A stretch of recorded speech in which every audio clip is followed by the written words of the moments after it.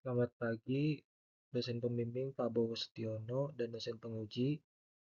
Perkenalkan saya Sandy Suito, mahasiswa MM Jakarta, Semba Angkatan 47. Saya akan mempresentasikan tugas akhir tesis saya yang berjudul Pengaruh ESG terhadap stabilitas dan kinerja perbankan di Asia, peran kepemilikan pemerintah sebagai variabel moderasi. Latar belakang dari penelitian ini adalah pertama, ESG menjadi fokus utama industri perbankan global, seiring meningkatnya perhatian terhadap isu lingkungan sosial dan tata kelola. Lalu perbankan Asia juga semakin aktif mengadopsi ESG. Hal ini tercermin dari peningkatan penerbitan green bond dan pembiayaan berkelanjutan seperti yang dapat dilihat pada tabel dari tahun 2018 sampai 2024. Namun implementasi ESG masih menghadapi perbedaan regulasi, standar laporan, dan tingkat kematangan pasar antar negara di Asia. Lalu latar belakang selanjutnya, hubungan ESG dengan stabilitas dan kinerja bank masih belum konsisten. Beberapa penelitian menemukan ESG meningkatkan profitabilitas dan menurunkan risiko, sementara penelitian lain menunjukkan adanya biaya implementasi dan potensi inefisiensi yang dapat menekan kinerja keuangan.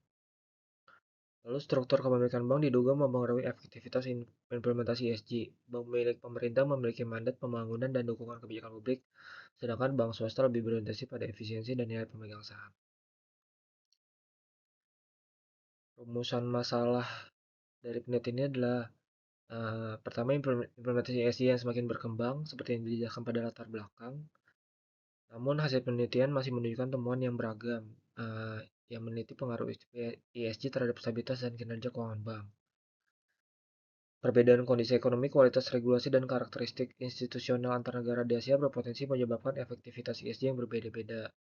Selain itu, peran struktur pemerintahan pemerintah dalam mempengaruhi hubungan ESG dan stabilitas dan kinerja keuangan perbankan masih belum banyak diteliti.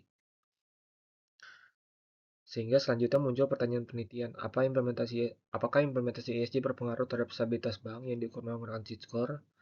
Lalu apakah implementasi ESG berpengaruh terhadap stabilitas bank yang diukur menggunakan volatilitas return saham? Lalu selanjutnya, apakah implementasi ESG berpengaruh terhadap kinerja keuangan bank yang diukur menggunakan ROA dan ROE? Lalu apakah kepemilikan pemerintah mau memoderasi hubungan ESG dan stabilitas bank dan juga kinerja keuangan bank? Manfaat penelitian ini dari sisi akademis adalah pertama, memperluas literatur mengenai hubungan ESG, stabilitas, dan kinerja perbankan di kawasan Asia. Lalu juga memperkaya penelitian ESG dengan memasukkan kepemilikan pemerintah sebagai variabel moderasi. Lalu manfaat penelitian praktis bagi manajemen bank adalah bagaimana manajemen bisa mengoptimalkan implementasi ESG. Lalu bagi investor dan regulator juga mereka dapat mengevaluasi lebih dampak ESG terhadap risiko dan kinerja perbankan.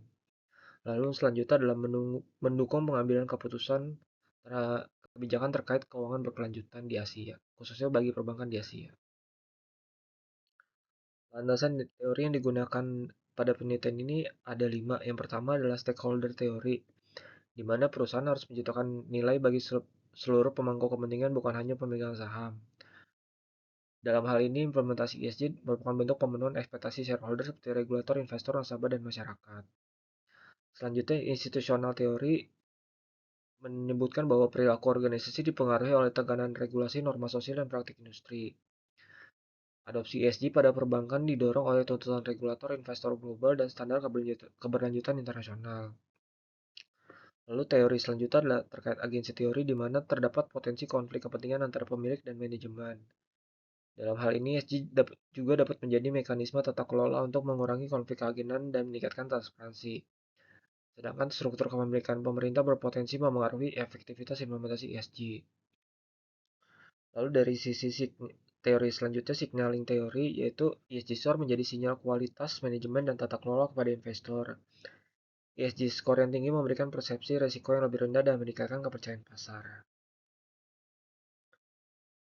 Lalu dari sisi resource based view, ESG dipandang sebagai sumber daya strategis yang sulit ditiru oleh pesaing.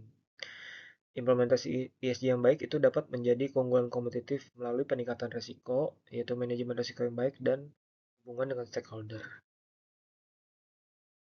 Berikut adalah kerangka penelitian di mana variabel independennya ada definitif ESG score, lalu variabel dependennya untuk stabilitas adalah Z score dan volatilitas return saham, Lalu kinerja adalah ROA dan ROE, menggunakan variabel moderasi struktur kepemilikan pemerintah. Lalu untuk variabel kontrol adalah menggunakan logaritma dari total aset di bank, lalu capital rasio, GDP, inflasi, dan suku bunga acuan. Lalu hipotesis penelitian ini adalah yang pertama H1A ESG berpengaruh positif terhadap stabilitas bank yang diukur dengan Z-score. Lalu yang kedua H1B ESG berpengaruh negatif terhadap volatilitas return saham bank. Lalu H2A ESG berpengaruh positif terhadap return on asset. H2B ESG berpengaruh positif terhadap return on equity. Lalu H3 kepemilikan pemerintah memoderasi hubungan antara ESG dan stabilitas bank. Lalu yang H4 adalah kepemilikan pemerintah memoderasi hubungan antara ESG dan kinerja keuangan bank. Selanjutnya untuk pengumpulan data, untuk sampel yang digunakan dalam penelitian ini menggunakan uh, sampel data laporan keuangan bank-bank komersil di ASEAN 5 dan Advance Asia yang terdaftar secara publik atau listed dan mempunyai definitive ESG score secara lengkap selama periode 7 tahun dari tahun 2018 sampai 2024. Periode 2018 ditentukan berdasarkan ketersediaan skor ESG yang komprehensif pada database Refinitiv Econ untuk sektor perbankan khususnya di kawasan Asia, di mana skor ini baru terdokumentasi secara lengkap mulai tahun 2018. Selanjutnya untuk periode 2024 adalah merupakan tahun sirkulasi laporan keuangan dan laporan keberlanjutan terbaru yang telah dipublikasikan secara lengkap sampai dengan penelitian ini mulai dijalankan. Selanjutnya untuk sumber data yang digunakan yaitu ESG score dari database Refinitiv Icon, sedangkan variabel dependen lainnya menggunakan publikasi dari World Bank, Bank for International Settlement atau BIS, dan Osiris. Teknik analisis data yang digunakan dari analisis statistik yang pertama adalah uji statistik deskriptif untuk menggambarkan karakteristik data yaitu data rata-rata, standar deviasi minimum dan maksimum untuk seluruh variabel utama dan variabel kontrol. Lalu selanjutnya adalah uji ANOVA atau Analysis of Variance. Ini untuk menguji apakah terdapat perbedaan kinerja dan stabilitas keuangan antara kelompok bank dengan ESG score yang tinggi dan rendah. Selanjutnya adalah matriks korelasi, di mana di matriks korelasi ini kita bisa melihat hubungan awal antar variabel penelitian, sekaligus mengidentifikasi indikasi potensi multikolinearitas sebelum melakukan estimasi regresi data panel. Lalu untuk pengujian regresi data panel, untuk menguji hipotesis utama yang disebutkan sebelumnya, itu menggunakan mode regresi data panel. Lalu selain teknik analisis statistik yang disebutkan, terdapat juga robustness check yang dilakukan, yaitu yang pertama adalah analisis lagging effect 1 tahun, lalu yang kedua adalah subsampel kepemilikan pemerintah versus swasta. Lalu selanjutnya digunakan juga robust standard error untuk mengatasi autokorelasi dan heteroskedastisitas. Berikut adalah model penelitian yang digunakan. Untuk model stabilitas bank ada Z-score dan volatilitas. Lalu untuk model kinerja keuangan ada ROA dan ROE. Oke, berikut adalah sampel penelitian. Tahapan seleksi sampelnya adalah dari total bank awal dalam populasi, yaitu ada 258 bank. Lalu dikurangi bank yang tidak memiliki data ESG lengkap, yaitu sebanyak 218. Lalu jumlah sampel akhirnya sehingga tinggal 40 bank. Dikalikan dengan periode pengamatan 2018 sampai 2024 sehingga menghasilkan total observasi data panel yaitu 280. Di bawah, tabel bawah merupakan distribusi sampel penelitian dari bank-bank yang negaranya digunakan dalam penelitian ini. Lalu berikut adalah hasil uji statistik deskriptif. Dari tabel ini untuk ESG score rata-ratanya adalah 65,08 dengan nilai minimum 28,58 dan nilai maksimum 89,63. Hal ini menunjukkan bahwa bank-bank dalam sampel secara umum telah memiliki implementasi ESG yang cukup baik. Lalu selanjutnya dari sisi stabilitas rata-rata Z-score sebesar 3,99. Ini mengindikasikan tingkat ketahanan keuangan yang relatif baik, sedangkan rata-rata volatilitas return saham sebesar 2,61% menunjukkan adanya perbedaan persepsi risiko pasar antar bank. Selanjutnya dari sisi kinerja keuangan, bank dalam sampel memiliki rata-rata ROA sebesar 1,31%, dan ROE sebesar 12,25% yang menunjukkan kemampuan menghasilkan profit yang relatif baik selama periode penelitian.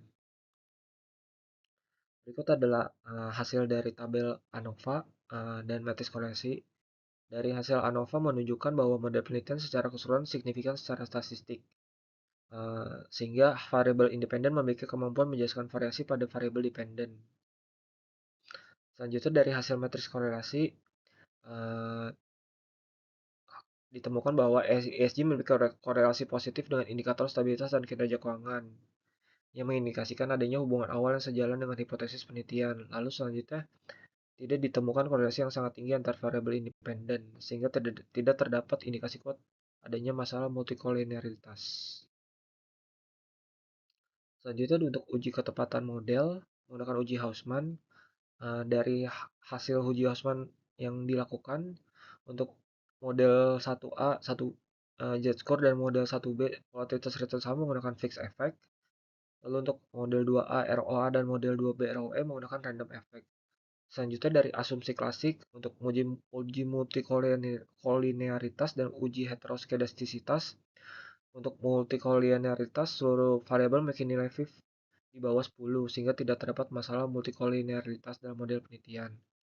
Lalu untuk heteroskedastisitas, seluruh model menunjukkan nilai p-value sebesar 0, menunjukkan terdapat masalah heteroskedastisitas pada seluruh model regresi, sehingga untuk mengatasi permasalahan tersebut, estimasi regresi dilakukan menggunakan robust standard error.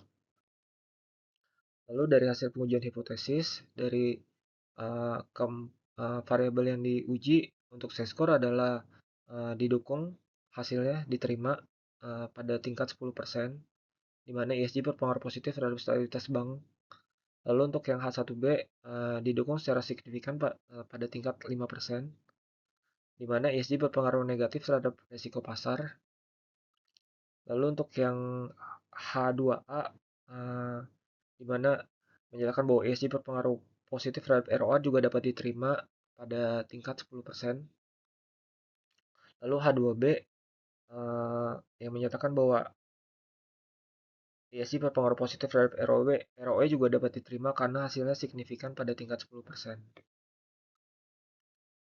Selanjutnya untuk hasil pengujian hipotesis moderasi, keseluruhan variabel dependen tidak didukung dengan hasil statistik. Hal ini menunjukkan bahwa kepemimpinan pemerintah belum mampu memperkuat ataupun memperlemah efektivitas ESG terhadap stabilitas dan profitabilitas bank secara langsung.